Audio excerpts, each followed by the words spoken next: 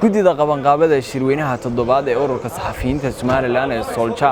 oo warbaahinta kula hadlay halkan oo ah xarunta ururka SOLJA ayaa waxay sheegeen in 30 bisha la qaban doono shirweynihii lagu soo xulayay hoggaanka saddexda sano ee soo socda hagi doona ururka saxafiyiinta Somaliland ee SOLJA. guddida qabanqaabada shirweynaha toddobaad ee ururka saxafiyiinta Somaliland ee SOLJA waxa ay maanta oo ay taariikhdu tahay 19 bisha 12/2020 shaacinayaan in shirweynaha ururka SOLJA uu qabsoomi doono 30 iyo 31 Disembar ee sanadkan oo ku beegan Arbaca iyo Khamiis kana dhici doona magaalada Hargeysa. shirkan oo ah mid la qabto 3 sanaba hal mar oo lagu doorto hoggaanka sare ee ururka ee hagi doona 3 sano ee soo socda 2020 iyo 2023 ururkan ay ku mideysan yihiin guud ahaan xirfadlayaasha saxaafadda Somaliland mid dawli ah iyo mid madax bannaanba. sidaa daraadeed waxaanu la socodsiinaynaa suxufi kasta oo doonaya ka qaybgalka guddida fulinta ee hoggaanka SOLJA inay yimaadaan xafiiska ururka SOLJA si ay u ogaadaan shuruudaha looga baahan muddada ay furan yihiin oo ka bilaamaysa maanta oo ah Sabti 19 bisha Disembar 2020 waxaanay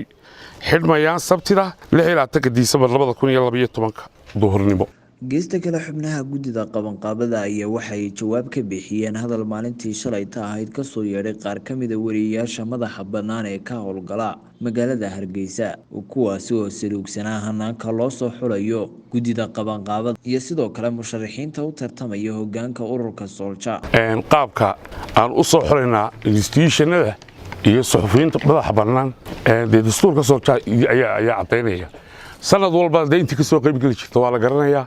sidii caadiga ahayd looga soo qayb gal jiray looga soo qayb galay haadlada qof ay dawladdu wadataa ku jira dee qof walba laga dooranaya hoolka ama ku dawladda ha soo baxay wadato ama ku idinku aad wadataan ha soo baxay qof walba codkiisa wuxuu ka helayaa shirweynaha maaha qof inta la meesha la keensado la oranayo hebel baa gudoomiye ama hebel baa gudoomiye ku xigeenna qof kastaaba halkaas codka nasiibkiisa ka qaaday. ururka SOLJA maaha wax xidhan warbaahinta madaxa bannaan oo kaliya waa urur ay ku mideysan yihiin dhammaan mihnadlayaasha saxaafadda mid dawliya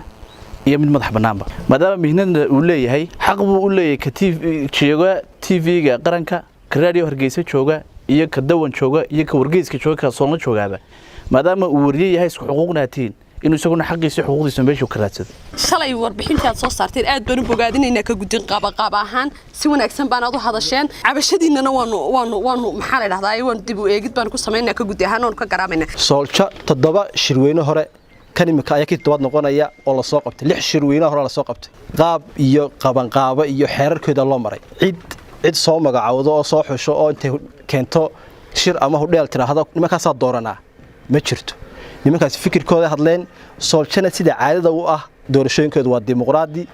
dadkuna dareenkooda cabiraan waxaan ku dhibsanayno aan ku ceebaysanna maaha laakiin waxaanu leenahay waa in ay ogaadaan shuruucda SOLJA ku shaqeyso xafiiska ka heliyaan hadii aanay garanaysaayay xoogaal wahayn ama aanay arag inay akhriyaan dastuurkeeda. SOLJA waxa leh suxufiyiinta Somaliland ee mihnadlayaasha ma laha mulkiilayaashu. Axmed Maxamuud Dool, Dalsan TV, Hargeysa.